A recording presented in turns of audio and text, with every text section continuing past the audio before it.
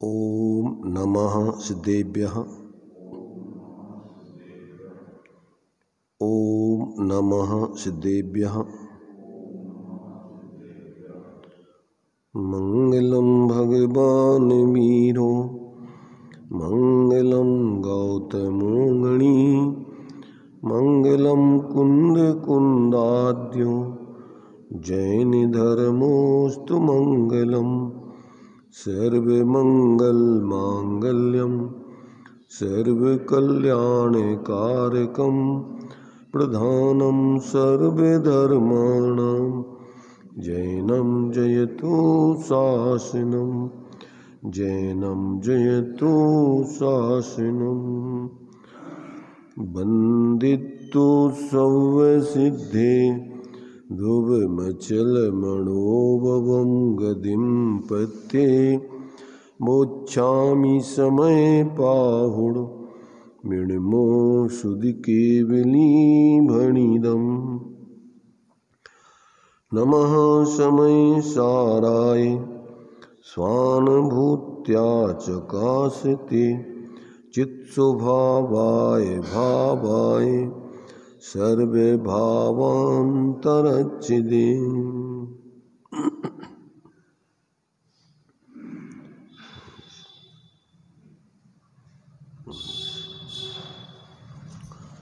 सर्वशुद्ध ज्ञान अधिकार अपना चल रहा है। यहाँ 10 गाथाओं के माध्यम से अपनी चर्चा चल रही है। इन 10 गाथाओं के माध्यम से आचार्य देव यहाँ व्यवहार और परमार्थ की यथार्थता बता करके उस परमार्थ के अवलंबन से इस जीव की जो शाश्वत मोक्ष मार्ग की सिद्धि है, उस मोक्ष मार्ग की सिद्धि को यहाँ पर आचार्य देव कराने के प्रयोजन से ये सब गाथाएँ आदि लिखी हैं। तो अभी यहाँ पर खड़िया मिट्टी अथवा चूने आदि का दृष्टांत दे करके और इस पर निश्चय व्यवहार घटित करते हुए और परमार्थ की सिद्धि कराने के उद्देश्य से ये सब कथन किया जा रहा है। तो अभी अपनी चर्चा यहाँ पर आचार्य अमृतचंद देव की आत्मख्याति टीका के माध्यम से चल रही है। तो यहाँ उस खड़िया मिट्टी के दृष्टांत को और अपने आत्मा के स्वरूप की सिद्धि के सिद्धांत को इन पर निश्चय व्यवहार से घटित करते हुए और किस प्रकार से अपने लिए फिर इन सब परिस्थितियों में भेद विज्ञान करके अपनी स्वरूप की आराधना करना चाहिए, वो बात यहाँ पर स्पष्ट की जा रही है। तो अभी इसमें 633 पेज तक अपने यहाँ पर आ गए थे कि जो आत्मा है वह आत्मा व्यवहार से पर को जानता है। यह कथन उपचरित असद्भुत व्यवहार का है और वह अपने आत्मा को जानता है, यह कथन सद्भुत व्यवहार का है। और वास्तव में जो सद्भुत व्यवहार उपचरित व्यवहार है वो वस्तु स्वरूप को समझने के लिए तो प्रयोजनभूत है, परंतु अपने लिए निर्विकल्प होके आत्मकल्याण करने के लिए, स्वरूप अनुभव करने के लिए फिर क्या है, अपने लिए इन सब विकल्पों को छोड़ करके और एक अभेद आत्मा को ग्रहण करके निर्विकल्प हो करके उस आत्मा की अनुभूति प्रतीति करते हुए अपना आत्महित का प्रयोजन साधना चाहिए। तो ऐसा यहाँ पर जो है 2 प्रकार के व्यवहार का निषेध करके कि इससे अपने आत्मा का जो निर्विकल्प आत्मा की अनुभूति प्रतीति और निश्चय मोक्ष मार्ग है उसकी सिद्धि नहीं होती है अगर जीव इन्हीं विकल्पों में लगा रहे और ऐसे अभेद निर्विकल्प आत्मा की अनुभूति प्रतीति करके उसकी आराधना नहीं करे तो जो आत्महित का प्रयोजन है वो सिद्ध नहीं होता है। इसलिए यहाँ पर जो है इन सब बातों को स्पष्ट करते हुए आचार्य देव उसी बात को स्पष्ट कर रहे हैं। तो अब आगे जो है अभी जिस प्रकार से ज्ञान के ऊपर इस निश्चय व्यवहार आदि को घटित करके परमार्थ से सिद्ध किया है, उसी प्रकार से अन्य गुणों पर भी दर्शन, श्रद्धान, चारित्र आदि पर भी घटित करके आचार्य देव स्पष्ट करते हैं। तो देखिए, इसको अपन यहाँ क्रम से समझ रहे हैं। जिस प्रकार ज्ञायक के संबंध में दृष्टांत दाष्टांत पूर्वक यहाँ पर वस्तु स्थिति को कहा है, इसी प्रकार दर्शक के संबंध में कहा जाता है। पृष्ठ 633 यहाँ अपना जो है दूसरा पैराग्राफ ये चल रहा है। तो ये जो है अब यहाँ पर दर्शक के आधार पर यहाँ पर उस बात को जैसे ज्ञायक पर सिद्ध किया, ऐसे दर्शक पर यहाँ पर उसी सिद्धांत को सिद्ध करते हैं। इस जगत में कलई श्वेत गुण से परिपूर्ण स्वभाव वाला द्रव्य है। दीवार आदि पर द्रव्य व्यवहार से उस कलई का श्वेत अर्थात कलई के द्वारा सफ़ेद किए जाने योग्य पदार्थ है। अब श्वेत वाली कलई श्वेत किए जाने योग्य दीवार आदि परद्रव्य की है या नहीं है, इस प्रकार उन दोनों के तात्विक संबंध का यहाँ विचार किया जाता है। तो यहाँ तो ये व्यवहार से लोक में जो व्यवस्था चलती हुई दिखती है उसकी भी सिद्धि कर रहा है। यहाँ मैंने देखो, यहाँ पर अपने लिए आचार्य देव निश्चय और व्यवहार का यथार्थ बोध कराकर अपने लिए व्यवहार को व्यवहार से यथार्थ जानना मानना, क्योंकि व्यवहार को अगर आप सर्वथा नहीं मानेंगे तो आपके लोक व्यवहार और तीर्थ आदि का लोप हो करके और वस्तु स्वरूप की भी सिद्धि नहीं होगी। इसलिए दोनों प्रकार से अपन को ये व्यवस्थाएं समझना है। जैसे इसके पहले अपन ने 14वीं गाथा की टीका में पढ़ा था कि जब कमलनी पत्र को अपन पानी में डूबे हुए कमलनी पत्र को जब संयोग की तरफ से देखते हैं तो वो कमलनी पत्र उस पानी में डूबा हुआ है, ऐसा कहना भूतार्थ है, यथार्थ है, सत्यार्थ है। और जब उसी कमलनी पत्र के स्वभाव के नज़दीक जा कर के देखते हैं तो वो कमलनी पत्र उस पानी से अनछुआ है, उस पानी में डूबा हुआ नहीं है। तो अब ये सारी विवक्षाएं अपन को यहाँ शास्त्रों में दी गई हैं, और यदि अपन ने उन सारी विवक्षाओं को और उसके प्रयोजन को नहीं समझा तो फिर क्या होता है कि भ्रमित होकर के अपन लोक में भी परेशान होते हैं और परमार्थ की सिद्धि उससे होती नहीं है।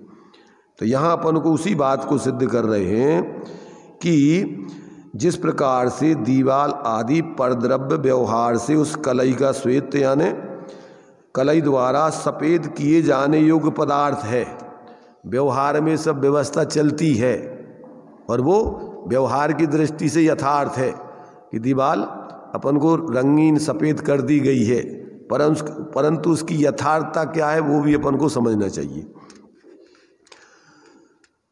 तो यहाँ पर कहते हैं कि अब श्वेत करने वाली कलई श्वेत किए जाने योग्य दीवार आदि परद्रव्य की है या नहीं।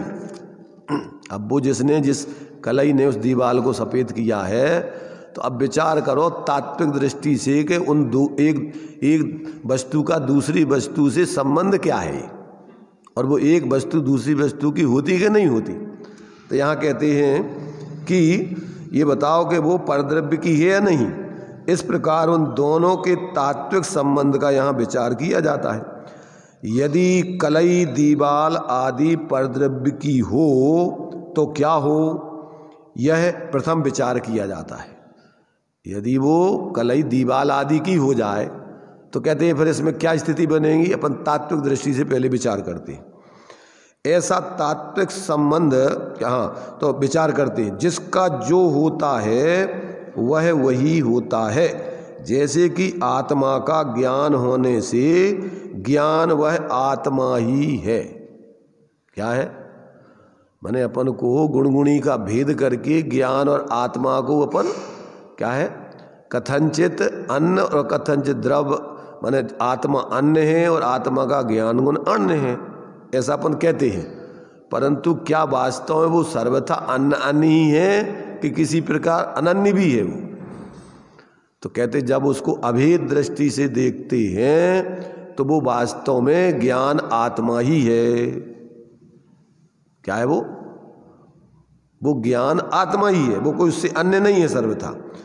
तो इस प्रकार से ऐसा तात्विक संबंध जीवित अर्थात विद्यमान होने से कलई यदि दीवार आदि की हो तो कलई उन दीवार आदि की ही होना चाहिए, अर्थात कलई दीवार आदि स्वरूप ही हो जाना चाहिए। ऐसा होने पर कलई के स्वाद्रव्य का उच्छेद हो जाएगा। यदि कलई दीवाल बन जाएगी तो क्या होगा कि कलई का अपना अस्तित्व खत्म हो जाएगा, वो दीवाल ही कहलाएगी, वो तो अलग रहेगी नहीं। किंतु द्रव्य का उच्छेद तो नहीं होता है, क्योंकि एक द्रव्य का अन्य द्रव्य रूप में संक्रमण होने का तो पहले ही निषेध किया गया है। इसलिए इससे क्या सिद्ध होता है? इससे यह सिद्ध हुआ कि कलई दीवार आदि की नहीं है। पहले तो दो द्रव्यों की पृथकतापन को ये आने चाहिए कि दो द्रव्य अलग अलग ही रहते हैं, कभी एक द्रव्य दूसरे द्रव्य रूप नहीं होता है। अब आगे अब उसके संबंध में और विचार करते हैं। यदि कलई दीवार आदि की नहीं है तो कलई फिर किसकी है? तो कहते हैं कलई की ही कलई है। वो किसकी कलई है? वो कलई की ही कलई है। देखो इसमें कलई की ही कलई में दो चीज़ें समझना, एक तो वो चूना खड़िया मिट्टी आदि वस्तु, और एक जो दीवाल पर उसकी अवस्था हो गई है, उस दीवाल के आकार के, उसके दीवाल के निमित्त से दीवाल आकार रूप में उसका परिणमन। दो तो अभी पहले अपन ने तात्विक दृष्टि से विचार किया कि वो चाहे चूना खड़िया मिट्टी अलग रखी रहे और चाहे उसको किसी में पोत दो, तो अभी क्या होता है कि उस कलई का जो श्वेत गुण आदि गुण हैं और उसकी जो पर्याय हैं वो कलई से ही तन्मय रहती हैं, वो अन्य गुण आदि से तन्मय नहीं होती। क्या नहीं होती? वो एक वस्तु दूसरी वस्तु के द्रव्य गुण पर्याय आदि रूप परिणमित नहीं होती है, वो अपनी वस्तु रूप ही रहती है, अपने चतुष्टय रूप। और व्यवहार में वो इस प्रकार से अपनी ही पर्यायों में परिणमन करते हुए व्यवहार से वो क्या करती है? दीवाल को यहाँ आगे देखो, उसको क्या कहते हैं? यदि कलई दीवाल आदि की नहीं है तो कलई किसकी है? कलई की ही कलई है। तो अभी तो पहले भ्रम पूरा तोड़ने के लिए एक वस्तु की दूसरी वस्तु से सर्वथा पृथकता सिद्ध कर रहे। तो कहते इस कलई से भिन्न ऐसी दूसरी कौन सी कलई है जिसकी वह कलई है? कौन सी? एक वो कलई जो अपन ने डिगली चूना आदि के रूप में अलग रखी देखी थी, और एक जो कलई अपन ने दीवाल पे पोत दी वो कलई। तो कहते हैं कि वो कलई और उस कलई में क्या अंतर है? तो कहते कोई अंतर नहीं, वही कलई है जो दीवाल आदि पे पोत दी गई है, इसलिए वो कलई ही है, वो कोई दूसरी कलई नहीं है। जो रखी हुई थी अलग से वो कलई और जो अपन ने दीवाल पे पोत दी, एक डिब्बा में रखा हुआ रंग और एक दीवाल पे पुत गया रंग। तो कहते वो दीवाल पे पुता हुआ रंग कौन सा रंग है और जो डिब्बे में रखा हुआ रंग कौन सा रंग है? तो कहते वही रंग है, दूसरा कोई रंग है ही नहीं कि जो उधर दीवाल पर अलग पुत गया हो और डिब्बे का रंग अलग रखा हो, बस उसी की अवस्था है वो। तो कहते हैं, तो फिर कहते हैं उसको फिर कलई की कलई क्यों कह रहे? तो कहते हैं वो कलई है, फिर वो उसको कलई की कलई ऐसी दो कलई नहीं समझना। तो यहाँ कहते हैं कि जैसे जो अपन संसार अवस्था में जीव है मनुष्य पर्याय में, और जो सिद्ध अवस्था में जीव जाता है, तो कहते वो सिद्ध जीव और मनुष्य जीव कौन है? कहते वही जीव है जो यहाँ संसार दशा में था, वही सिद्ध दशा में है। कोई दो जीव अलग अलग नहीं है, एक ही वस्तु है। तो वो वस्तु अपनी गुण पर्यायों में रह करके वो अनेक अनेक अवस्था रूप परिणमन करती है। तो ऐसी एक वस्तु की पृथकता का यहाँ पर भिन्नता रूप बोध कराना पहले तो भी। तो कहते हैं वो इस कलई से भिन्न दूसरी कौन सी कलई है जिसकी वो कलई है? तो कहते इस कलई से भिन्न अन्य कोई कलई नहीं है, किंतु वे दो क्या है फिर? तो कहते स्वास्वामी रूप अंश ही है, माने वो अंश और अंशी के भेद से अपन दो रूप में कह रहे हैं कि जो पुती हुई कलई दिख रही है वो उसकी अवस्था, और जो उस अवस्था में व्यापने वाली कलई है वो द्रव। तो कहते वो वास्तव में क्या है, वो उसी की अवस्था है, इसलिए वही है वो। तो ये तो स्वस्वामी संबंध व्यवहार से घटित होता है, परमार्थ से तो वही कलई है, ये कई अभेद। तो इस प्रकार कहते हैं यहाँ इस स्वस्वामी रूप अंशों के व्यवहार से क्या साध्य है। तो कहते कुछ भी साध्य नहीं। कुछ भी साध्य नहीं मतलब क्या, माने यहाँ पर अपन को पहले तो वस्तु स्वरूप की सिद्धि करना है। तो वस्तु स्वरूप की सिद्धि करने के लिए उसकी गुण पर्यायों व्यापने वाले उसी द्रव्य को देखना। अभी तो अज्ञानी अनादिकाल से ऐसा उसको भेद विज्ञान नहीं है। देखो ये तो चूंकि क्या है, सम्यक दृष्टि के अनेकांत ज्ञान के आधार से चर्चा चल रही है, और मिथ्या दृष्टि को ऐसे अनेकांतात्मक ज्ञान होता नहीं है।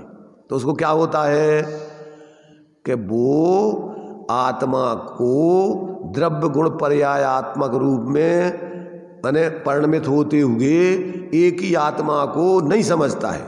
उसमें भ्रम से वो संयोग आदि के निमित्त से वो शरीर आदि में जाने से उसको ऐसा भ्रम हो जाता है कि जैसे मैं शरीर आदि रूप हो गया। क्या हो गया, अभी जैसे मनुष्य पर्याय में आत्मा ही रूप है कि शरीर आदि रूप हो गया, और आत्मा शरीर के आकार है कि आत्मा ही के आकार है। अब इसमें दो चीजें हैं, इसमें भ्रांति है।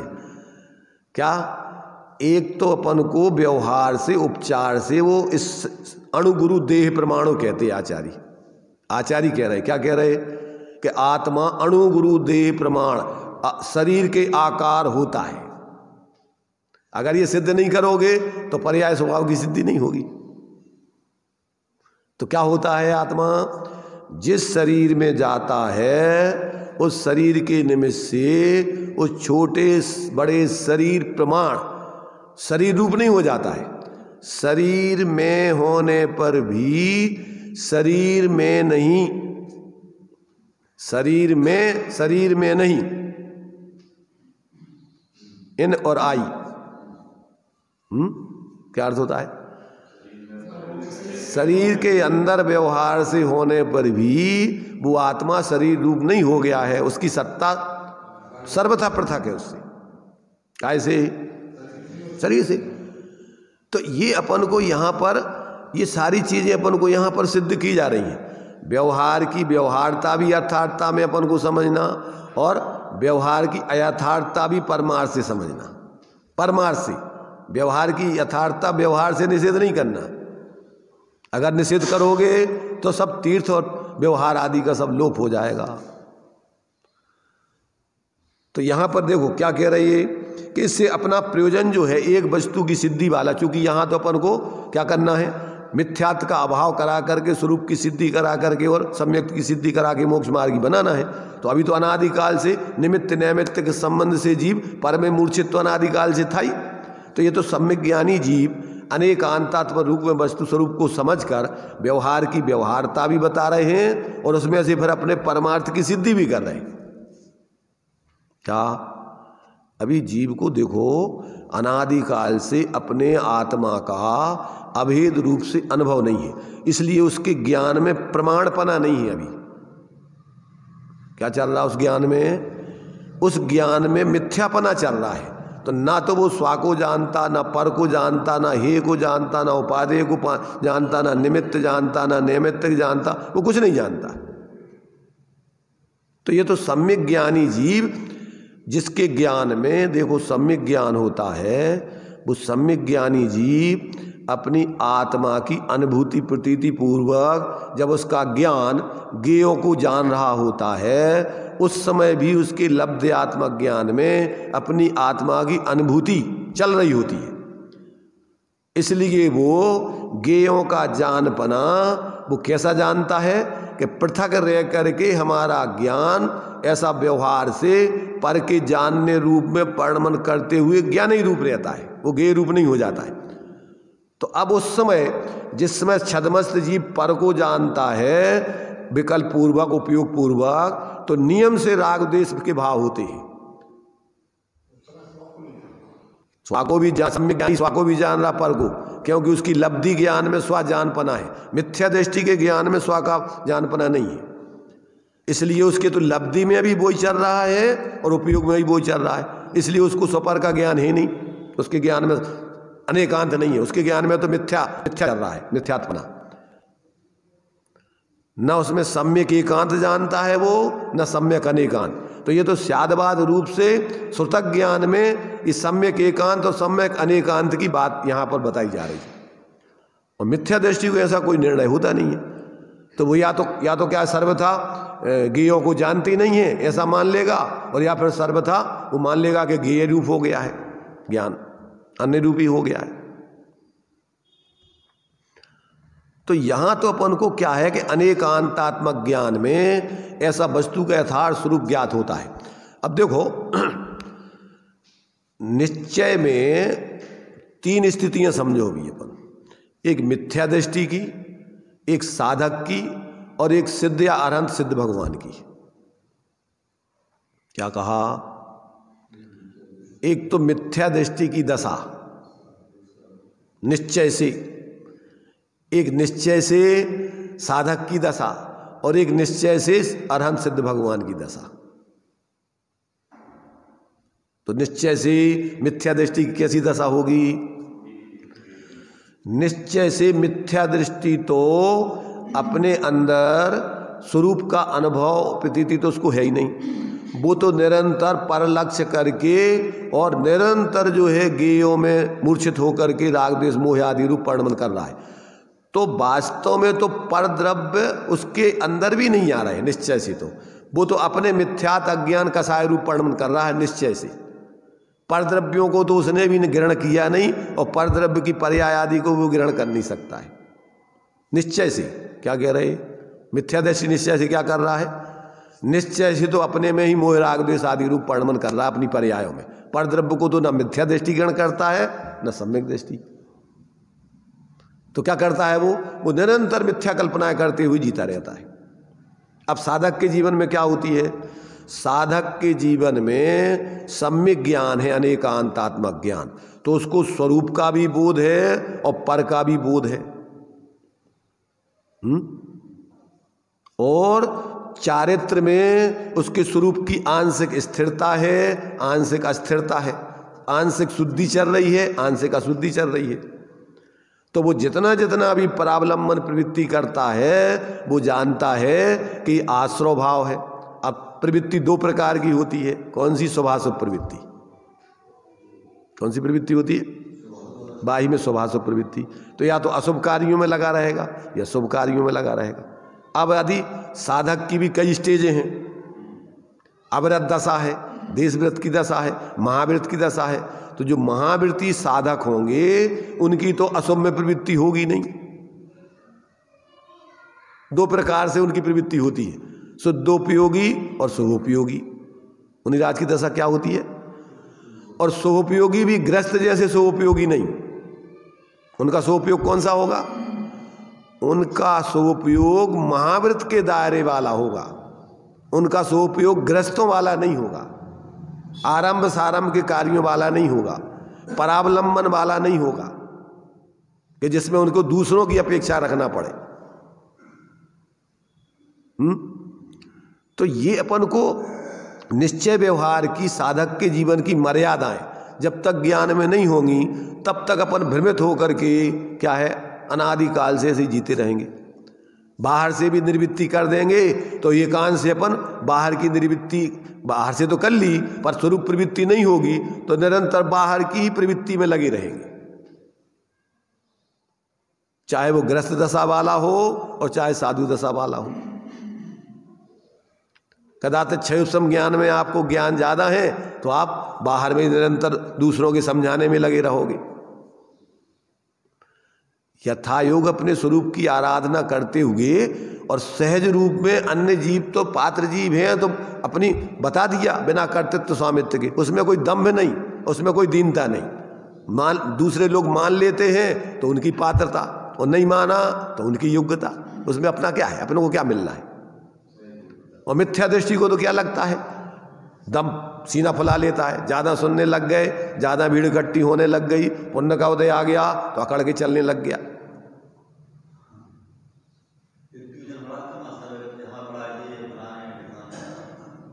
अब माँ साहब क्या है तो अपन ये तो देखो अपन धर्म के, वे तो बेचारे भोले, उनको तो कभी पता ही नहीं आई को, वे तो इसके अलावा और कर सकत। अरे जिनको जिनको जिनेंद्र भगवान का शासन नहीं मिला तो वे तो अहंकार में अनादिकाल से 8 मदों में ही तो जी रहा हो आदमी, क्या कर रहा हो? मिथ्या दृष्टि की 8 ही तो मत चलते रहते निरंतर, क्या चला? चाहे उपसम ज्ञान, चाहे लौकिक ज्ञान हो, चाहे धार्मिक ज्ञान हो, ये भी तो जीता है, क्या करता है?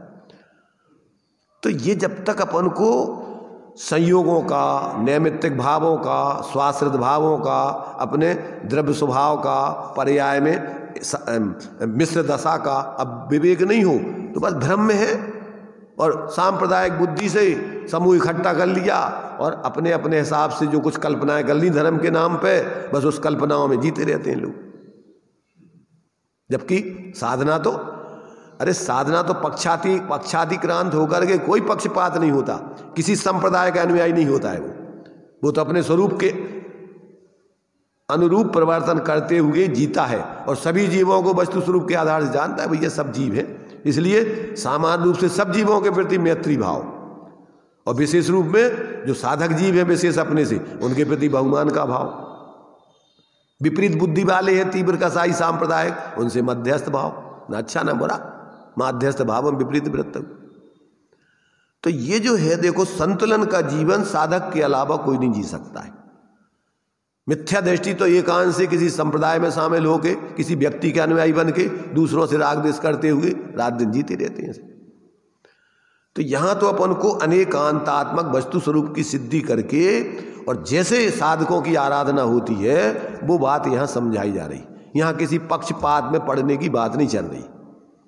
जब तक जीव को ऐसा बोध नहीं होता तो मिथ्या दृष्टि निरंतर पराश्रित जीवन जी करके वो भ्रम में जीता है। सम्यक दृष्टि जीव यथायोग अपनी भूमिका अनुसार गुणस्थान प्रमाण स्वाश्रय रूप परिवर्तन करते हुए और व्यवहार का यथायोग उसको विवेक होता है, किस गुणस्थान में कैसा व्यवहार होता है। क्यों कि वो साय पराश्रित व्यवहार को छोड़ते हुए स्वाश्रित व्यवहार के अनुरूप परिवर्तन करता है। तो अब उसके अनुकूल जो उसके लिए अपनी साधना के अनुकूल होते वैसे वैसे पहले जो व्यवहार आवश्यक है वही फिर आगे जरूरत नहीं पड़ती, उसकी छूटता जाता है। तो यहाँ पर अपने लिए ये बात बताई जा रही है कि अभी तो पहले वस्तु स्वरूप की सिद्धि करने के लिए एक द्रव्य के गुण पर्यायों को, चाहे वो शुद्ध हो चाहे शुद्ध हो, उसी द्रव्य के कहना ये निश्चय है। क्या कहा? जिस वस्तु के, जैसे वो मान लो कि वो कलई गंदी हो गई, काली हो गई, तो दीवार काली हो गई, खराब हो गई, भाई उसकी अवस्था में मान लीजिए कि वो तो रंग बदलता रहता है, रंग का जो है रंग गुण का परिणमन काला पीला नीला लाल सफेद, तब वो सफेद था पहले, धीरे धीरे दूसरे रूप में काले रूप में परिणमित हो जाए। तो अब क्या हो गया कि अपन को ऐसे लगता है जैसे कलई खराब हो गई, दीवार खराब हो गई। ऐसे ही ये शरीर पुद्गल का ढांचा है, ये समय समय पर अपना परिणमन कर रहा है और अंदर में आत्मा ज्ञान स्वरूप है, उसको जान रहा है। तो शरीर के बीमार होने से, वृद्ध होने से, बूढ़ा होने से आत्मा बूढ़ी हो जाती कि नहीं? सब बदल जाता, उसकी चाल ढाल, बोलना चालना, भैया आप तो बस जाने वाले हैं। और सम्यक दृष्टि का कुछ नहीं बदलता, वो जानता है कि इसका परिणमन हमारा क्या, उसमें अंदर से वो अपनी आत्माराधना ज्ञान पूर्वक करता है, अमूर्तिक सत्ता है, इसके नाश होने से अपना क्या होना है? क्या होना है? तन उपजत अपनी उपजान तन नसत आपको नासमान। ये किसकी मान्यता है? मिथ्या दृष्टियों की। और दूसरों के अपने अनुकूल हो जाने से अपन को सुखी मानना और प्रतिकूल हो जाने से दुखी मानना, ये कौन सी मान्यता है? देखो, अनुकूल प्रतिकूल हो गए पुण्य पाप के उदय में। पुण्य का उदय आया, अपने अनुकूल हो जाएंगे, वे जो तुम्हारे विरोधी थे वे अनुकूल हो जाएंगे, तो अपन क्या हो गए? सुखी। संजय सुनाई दे रहा हूं? कहा पत्नी निवंदना तुमसे लड़न लगे, झगड़न लगे, नहीं करने तुम्हारी, करो अपनी। उतना क्या क्या करोगे तुम? देखो थोड़े परिणाम खराब होते हैं तो अपन को समझना कि उसके कारण से नहीं हो रहा है जी। किसके कारण से हो रहा है? तुम्हारी कसाय से हो रहा है, उसके परिणमन करने से नहीं हो रहा है तुम्हारा परिणाम खराब। उसका तो परिणमन उसकी योग्यता अनुसार जैसा होना है वो हो रहा है। तो क्या उसमें विचार तात्विक दृष्टि होगी तो उसको कारण नहीं मानोगे तुम अपने परिणामों के। अपने परिणामों का कारण तुम अपने ही कसाय को मानोगे, अपने अज्ञान को मानोगे। इतना विवेक नहीं होता, कितना नहीं होता वो तो। इतना विवेक तो 24 घंटा रे सब में ज्ञान है। नहीं, गलती देखो, प्रत्येक जीव परमार्थ से खुद ही गलती करता है, खुद ही गलती सुधारता है, खुद ही सुखी होता है, खुद ही, दूसरा कुछ नहीं करता परमार्थ से। व्यवहार में निमित्त नैमित्तिक संबंध से कहा जाना अलग है और मानना अलग है। ऐसा सर्वथा मान लेना वो तो मिथ्यात्व है। और चूंकि भूमिका अनुसार अपन को ऐसे भाव होते हैं तो उपचार से कहना भैया अब ये मानते नहीं है हमारी, अभी मानत नहीं है तो भी तो उनको परिणमन है, तुम्हारे आश्रित थोड़ी है अभी। तो तत्व ज्ञान होगा तो वो ऐसा नहीं है अब जी हमारे अनुकूल हो जाएंगे जब हम सुखी होंगे। अब नहीं माना तो क्या करने, तुम मान जाओ। भाई अगर बे नहीं मान रहे तो बे परेशान होंगे, तुम मान जाओ कि भैया ठीक है तुम्हारी तुम जानो, हमारी हम जाने। मध्यस्थ हो जाओ। अब अपने हिसाब से परिणमन कराना चाहते रहो और निरंतर आर्थ रहो, ध्यान करते रहो तो कब तक कर लोगे? बाप को उदय हुई है तो और उल्टी हो जाइए, तो मानेंगे नहीं तुम्हारी। लेडीज नहीं हो, जेंट्स का कर रहे? लेडीज ही अकेले के ऊपर काय सिर पे डाल रहे सब लोग? भाई लेडीज हो चाहे जेंट्स हो, सब आत्माएं हैं। मिथ्या दृष्टि दशा में तो चाहे जेंट्स हो चाहे लेडीज हो, सबकी यही दशा है। यही तो सबसे पहले अपन ने सर्वथा उनको लेडीज ही मान लिया, उनको अपन ने जीव नहीं जाना कि ये भी जीव आए अपने जैसे। यही क्या है, यही तुम पर्याय दृष्टि मिथ्या दृष्टि है।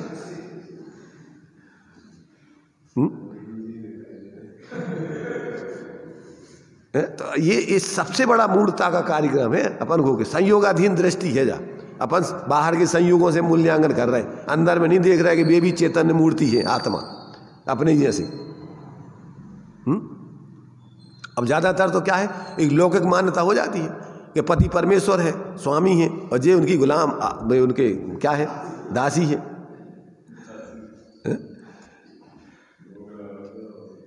अरे भाई पहले तो आप तात्विक दृष्टि से देखो कि ये भी संगी पंचेंद्रीय जीव है, मनुष्य पर्याय में आए हैं, और हम भी वही जीव हैं। हम भी संसार में अज्ञानता से दुखी हैं, हम भी अनादिकाल से अज्ञानता में जी रहे, इसलिए चतुर्गति में घूम रहे। अब अपन को बोध जागृत करके उनको भी जीव जानो, अपने को भी जीव जानो, और एक दूसरे की संयोग करते हुए कि जिसमें उनकी भी कसाय पैदा नहीं हो, वे भी धर्म के मार्ग में। श्रीमद जी ने लिखा कि अपने परिवार को धर्म मार्ग पर लगावे, अकेले स्वार्थ साधने के लाने नहीं, परिवार के संग जोड़ो दी में। क्या पनो क्या करने, अच्छा बना बढ़िया खावे मिलत जाए, पीवे मिलत जाए, व्यवस्था मनत जाए, भाड़ में जाओ, हमें क्या करने। अरे जब साथ में हो तो उनके लाने भी धर्म के मार्ग पर चढ़ावे, तत्व ज्ञान करावे कि भैया देखो अपन यहाँ थोड़े समय की जिंदगी है, और यहाँ अगर अपन आत्मज्ञान करके स्वरूप आराधना नहीं करेंगे तो इसमें कारक हो जाए, तो सब इतनी छूट जाने। तो इन सब बातों को जब तक आप तात्विक दृष्टि से विचार नहीं करोगे तब तक ये मूर्खताओं में जीव अनादिकाल से जी रहा है, पागलपन में कर क्या रहा है। अब वो बात यहाँ पर अभेद दृष्टि से एक वस्तु की दूसरी वस्तु नहीं होती है, तो अब तुम जो कर रहे हैं वो तुम्हारे में कर रहे हैं, तुम्हारी अवस्था में, और अभेद दृष्टि से वो आत्मा ही दुखी है। सोहो जुत्तो सोहो, असो जुत्तो असो, शुद्धो जुत्तो शुद्धो। जिस परिणाम रूप जीव परिणमन करता है उस समय अभेद दृष्टि से वो जीव ही दुखी है पूरो। कौन दुखी है बताओ? क्या पर्याय अलग है और द्रव्य अलग है? तो जब तक जीव को ऐसा ज्ञान नहीं होता है तब तक उसके जीवन में पूरी मूर्खता है, निमित्ताधीन दृष्टि पर कोई ऊपर डाल करके, और बस खुद क्या करता है, निरंतर उल्टा सोच सोच कर परेशान होता रहता। एक तरफा दूसरी तरफ दूसरों का ही क्या करता, दोष देखता रहता, अपनी गलती नहीं सुधारता और अपने उदय को नहीं देखता है। अगर सामने वाला तुम्हारे अनुकूल नहीं आ तो वही की गलती है कि कछु अपनी गलती भी है। रामचंद्र जी ने सीता जी को जंगल भिजवाया, गर्भवती सीता को। रामचंद्र जी की गलती है कि किसकी गलती है? परमार्थ और व्यवहार दोनों से विचार करो। तो व्यवहार में देखना है तो कर्म बाहर की परिस्थिति उदय अनुसार बनती है, और निश्चय से देखना है तो अपन अपने परिणामों से दुखी होते हैं। कौन दुखी करता है? निश्चय माने अपने आत्मा के परिणाम आत्मा ही करता है, तो परिणामों से अपने सुखी दुखी होता है। तो करने वाला खुद है, तो खुद से दुखी है कि दूसरों से दुखी है? बुरा जो देखन में चला, बुरा ना दिखा कोई, और जब खोजा अपने को तो मुझसे बुरा ना कोई, मेरी मूर्ताएं हैं सब और क्या है। तो ये जब व्यक्ति को ऐसा बोध होता है, उसके अंदर की अकड़ फकड़ खत्म हो जाती सब, फिर वो सहजता में जीता है, सरलता में जीता है, सभी जीवों के साथ आत्मीयता से व्यवहार करता है। माने पंच परमेष्टि आदि भी एक इंद्रिय आदि जीवों से क्षमा मांगते हैं परोक्ष रूप में। क्यों? कि अब वे तो जानते नहीं सुनते नहीं, पर तुम तो जानते सुनते हो, और तुम्हें पता है कि हमारे चलने में कितने जीवों की विराधना होती है। इसलिए अपनी तरफ से तो उनके प्रति दया का, करुणा का भाव रखकर विवेक से, और उनको भी जीव मान करके इस प्रकार से विवेक रख करके और परिवर्तन करना अपना। ये तो दिया मोक्ष मार्ग प्रकाशक में कि भाई श्री गुरु तो सबके हित ऐसी हैं, तो एक इंद्रिय आदि जीवों को उन्होंने क्या हित कर दिया? अभी तो उनका क्या हित कर दिया? तो कहते उनका भी हित किया। उन्होंने क्या हित किया? कि संगी पंचेंद्रिय जीवों को उपदेश दिया कि ये भी तुम्हारे जैसी जीव है, इनने पहले स्वरूप की विराधना करके ये दशा पाई है, अब तुम इनकी विराधना नहीं करना, तुम्हारी ये दशा हो जाए।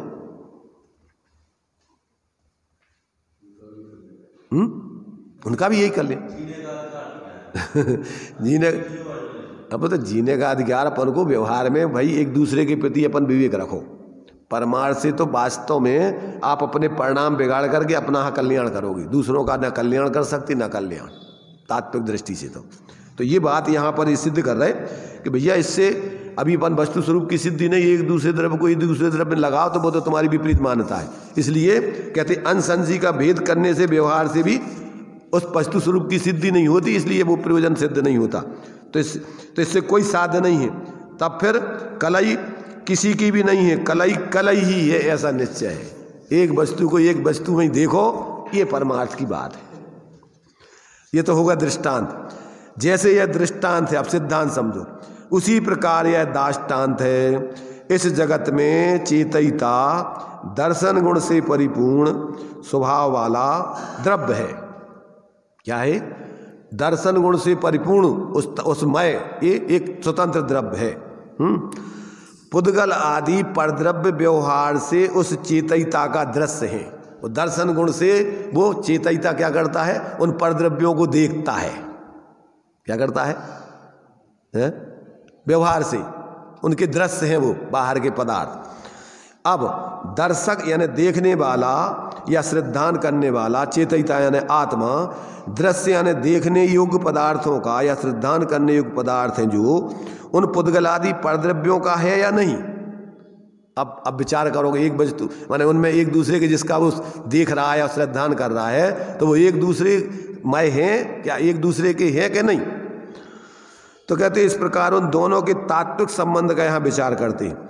यदि चेतयिता पुद्गल आदि का हो तो क्या हो, यह पहले विचार करते हैं। माने अगर उन परद्रव्यों जिनको देख रहा है, जिनका श्रद्धान कर रहा है, तो कहते यदि वो उनका हो, पहले उसका विचार तात्विक दृष्टि से विचार करते हैं।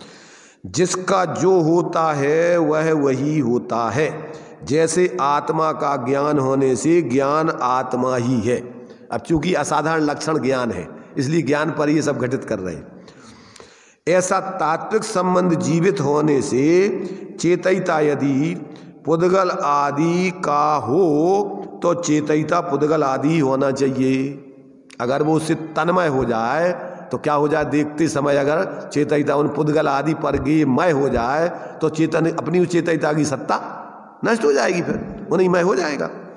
अर्थात चेतयिता पुद्गल आदि स्वरूप ही होना चाहिए। ऐसा होने पर चेतयिता के स्वरूप का, स्वद्रव्य का उच्छेद हो जाएगा, किंतु द्रव्य का उच्छेद तो नहीं होता, क्योंकि एक द्रव्य का अन्य द्रव्य में संक्रमण होने का तो पहले ही निषेध कर दिया गया है। समझ लेना, यहाँ तो अभी वस्तु स्वरूप की सिद्धि कर रहे कि एक वस्तु चाहे वो व्यवहार रूप वर्णन कर रही हो, चाहे स्वभाव रूप, चाहे पर को जान रही हो, चाहे स्व को, वो अपनी पर्यायों में वो वही उसी का द्रव्य व्यापता है, वो पर में नहीं जा सकता, पर उसमें नहीं आ सकती। तो यहाँ पर कहते हैं उसका पहले निषेध कर दिया है। इससे यह सिद्ध हुआ कि चेतयिता पुद्गल आदि का नहीं है। आगे और विचार करते हैं, तो चेतयिता यदि पुद्गल आदि का नहीं है तो चेतयिता किसका है फिर? वो जानने देखने वाला किसका है?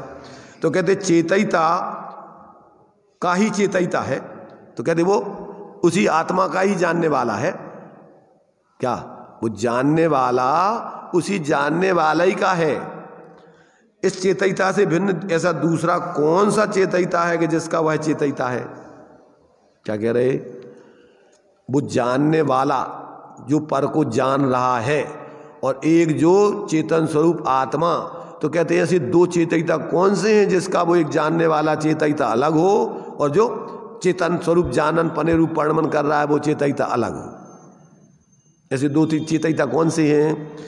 तो कहते ऐसे चेतयिता से भिन्न अन्य कोई चेतयिता तो है नहीं, किंतु वे दो स्वास्वामी रूप अंश ही हैं। माने जो जानन रूप परिणमन चाहे स्वा के रूप में चल रहा हो चाहे पर के, तो कहते वो तो उसी द्रव्य का ही जानपने रूप परिणमन है। यहाँ स्वास्वामित्व रूप अंशों के व्यवहार से क्या साध्य है? स्वास्वामी माने उसका देखना और वो आत्मा, दो चीजें हो गई। तो वो देखने वाला आत्मा और वो कहते हैं सामान्य रूप से आत्मा, तो कहते हैं इन दोनों का क्या संबंध है? इससे इस स्वास्वामी संबंध के व्यवहार से क्या साध्य है? तो कहते कुछ भी साध्य नहीं है। तब फिर दर्शक किसका है? किसी का नहीं है। दर्शक ही है, यह निश्चय है। ऐसा कहने से क्या होगा कि आपका पर लक्ष्य छूटकर स्वलक्ष्य कर अभेद आत्मा की निर्विकल्प अनुभूति होगी, वहां से तुम्हें मिथ्यात्व का नाश होगी, सम्यक की प्राप्ति होगी। आज तक अपन ने क्या नहीं किया? अभेद रूप से अपनी आत्मा की अनुभूति नहीं की, निरंतर पर लक्ष्य करते रहे। और यदि शास्त्र पढ़े तो सविकल्प ज्ञान में जानकर ही संतुष्ट हो गए कि हम तो बन गए ज्ञानी। समझ रहे ना? निर्विकल्प होकर अभेद आत्मा की अनुभूति करके और फिर गुणस्थान प्रमाण वीतरागता की सिद्धि के लिए फिर बाहर में निर्वृत्ति करके और स्वरूप की साधना नहीं की। या तो शैव ज्ञान में जानकारी करके संतुष्ट हो गए और अपने लगे जो कछु कर रहे वही में। सम्यक दृष्टि हो जाने पर, सम्यक ज्ञानी हो जाने पर क्या करता है बताओ? 6 डाला में अपन ने क्या पढ़ा? सम्यक ज्ञानी होए बहुरी दृढ़ के बस हो गए हम तो क्या आता है दृष्टि, अब तो बस अपने दूसरों को समझाऊं लगो। निरंतर अभी अपन को जब तक पूर्ण वीतराग दशा नहीं हुई तब तक बाहर में कहीं भी रस नहीं आने चाहिए। परिस्थिति जन्य कदाचित अपन बाह्य प्रवृत्ति करते हैं तो उसको भी क्या है, दुख का कारण जान, दुख रूप जान करके निर्वृत्ति करने का पुरुषार्थ करो, फैलने का प्रयत्न मत करो बाहर में। तो इस प्रकार से यहाँ कहते हैं, इस प्रकार यहाँ यह बताया गया है कि आत्मा परद्रव्य को देखता है अथवा श्रद्धा करता है, यह व्यवहार कथन है। कौन सा कथन है? इस व्यवहार की व्यवहारता है, झूठा नहीं है, समझ रहे ना? पर परमार्थ से अपन को क्या करना है? इस व्यवहार की व्यवहारता से ही अपना परमार्थ यानी वीतराग विज्ञानता की सिद्धि नहीं होती। इसलिए उसको भी क्या करना कि उसको गौण करके उस लक्ष्य से, उस उधर से लक्ष्य हटाकर अपने स्वरूप पर लक्ष्य करके उसकी आराधना करना। तो कहते आत्मा अपने को देखता है अथवा श्रद्धा करता है, इस कथन में भी स्वास्वामी अंशरूप व्यवहार है। तो कहते फिर क्या करना कि दर्शक ही है, उसमें स्वास्वामी संबंध के विकल्पों को भी छोड़कर और अभेद निर्विकल्प होकर स्वरूप की अनुभूति करके स्वरूप साधना करना। तो यह निश्चय जानना। तो इस प्रकार यहाँ पर जैसे ज्ञान के संबंध में लगाया था कलई के दृष्टांत पूर्वक, ऐसी दर्शक के संबंध में लगाया। और जिस प्रकार ज्ञायक दर्शक के संबंध में दृष्टांत दाष्टांत से कहा है, इसी प्रकार अपोहक माने त्याग करने वाले के संबंध में भी कहा जाता है। अब चारित्र के ऊपर गणित करके बताएंगे। क्या आ रहा समझ में? पर का त्याग करना कहना व्यवहार है, उपचार है, और अपने ही विकल्पों का त्याग करना ही निश्चय है, अशुद्ध निश्चय नहीं। और अभेद निर्विकल्प अभेद रूप से स्वरूप को ग्रहण करना ये क्या है? परमार्थी निश्चय है, उसका स्थिर रूप पक्ष। भाई पर को देखो, पर को ग्रहण करने के विकल्प अपने हैं, पर तो अपने में आएगा नहीं। उन पर के निमित्त से अपन विकल्प करते रहते परिग्रह के। अब पर का परिग्रह छोड़ दिया तो क्या हो गया, तत्संबंधी विकल्प दूर हो गए। तो अपन ने काय का त्याग किया, पर का त्याग किया कि विकल्पों का त्याग किया? अशुद्ध निश्चय नैसी। और शुद्ध निश्चय नैसी तो उन विकल्पों का त्याग करके क्या किया कि निर्विकल्प आत्मा की अनुभूति स्थिरता की। ये है परमार्थ उसका।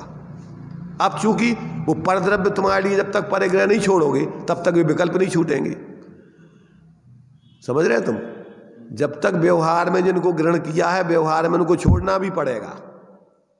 अगर नहीं छोड़ना पड़ेगा तो सुइताम्बरों जैसे घोड़ इस पर हाथी पे बैठे बैठे केवल ज्ञान हो जाएगा, साधु बनने की जरूरत ही नहीं है।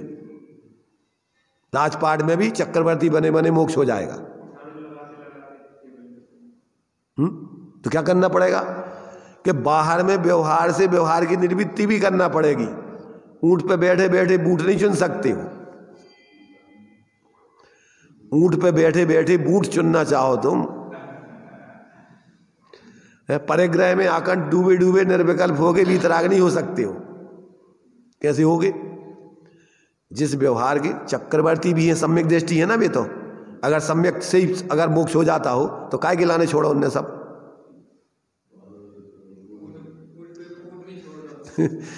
तो इसलिए भाई देखो, जहां जिस बात को जिस अपेक्षा से जिस प्रयोजन से कहा जा रहा है, अगर उस अपेक्षा को उस प्रयोजन को नहीं समझोगे तो आज तक जो दुर्दशा हो रही है वो चलती रहेगी। बस स्वच्छंदाचारी मनमानी जो कुछ तुम्हें करना है करते रहो फिर। तो इस प्रकार यहाँ अब ये जैसे दर्शक और ज्ञायक पर लगाया, ऐसे अपोहक माने त्याग करने वाले त्यागी पर भी लगेगा ही। आगे जो है इसका भी विशेष खुलासा है। आचार्य अमृतचंद को इतनी सी इन बातों को इतनी बार क्यों लिखना पड़ा ये तो बताओ। वे तो त्यागी थे ना, वे तो निर्वृत्ति वाले थे। पर वे निर्वृत्ति वाले थे तो अपन को तो ये चीज़ें जिनमें रुचि नहीं होती जल्दी निपटाना चाहते हैं, समझ रहे ना।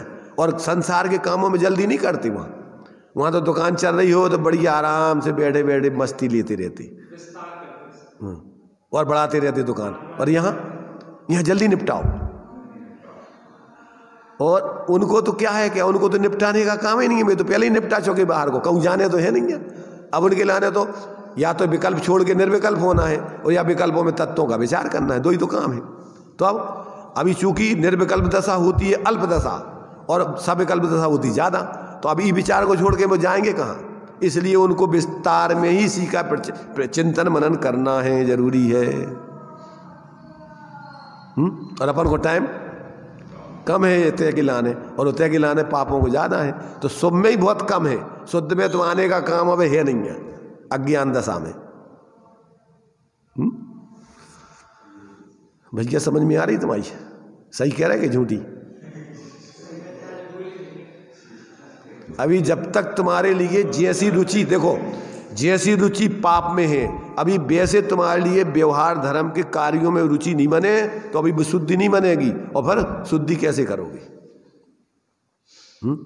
पहले परमार्थ का पूर्ण जिससे सिद्धि होना है उसमें तुम्हारा पूरा समर्पण होकर के जैसे संसार के कार्यों में है ऐसा इधर होना चाहिए, पूरा पक्ष आने चाहिए। जो अपन को बोलते हैं देव गुरु धर्म आप्तागम पदार्थ, पहले तुम 7 चीजों को पलट दो। पहले क्या करना? 7 चीजें कौन सी बताई थी?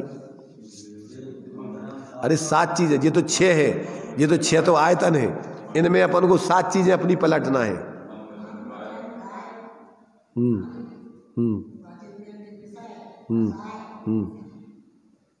ये 7 चीजें देखो, इनको ज्ञान में है दमाए, कम आ पाई हैं परंतु सब ध्यान में रहता है इनके। फिर से बोलो एक बार। मन वचन काय है, धन, 5 इंद्रियों के विषय, कसाय और ज्ञान, ये चीजें पलटी जाएंगी। कहाँ लगाओगे इनको? पहले जो अपन पाप में लगा रहे हैं इनको धर्म आयतनों में लगा के अपनी विशुद्धि बनाओ, तब तो तुम्हारा मोह कम हुई है। मोह बढ़ावे के कामों में तो अपन पूरे अकंठ डूबे और मोह छीण करवे के लक्ष्य पे अपना ध्यान नहीं है, ये तो औपचारिकता में, तो अभी विशुद्धि नहीं हो सकती। इसलिए इनको आप तागम देव गुरु धर्म आप तागम पदार्थ की लक्ष्य पूर्वक, उनका आश्रय पूर्वक, इन सब चीज़ों को पहले वहाँ आप लगाओगे तब विशुद्धि। क्यों कि जब तुम्हारी दृष्टि बदल गई जब तुम आत्मकल्याण को लक्ष्य बन गओ तो आत्मकल्याण के साधनों में आपकी विशेष रुचि होगी अब। और फिर जब अपन को भेद विज्ञान करके स्वरूप का अवलंबन करोगे तो ये विकल्पी क्रम से छोड़ करके और स्वरूप का अवलंबन करके निर्विकल्प होते जाओगे। चलिए,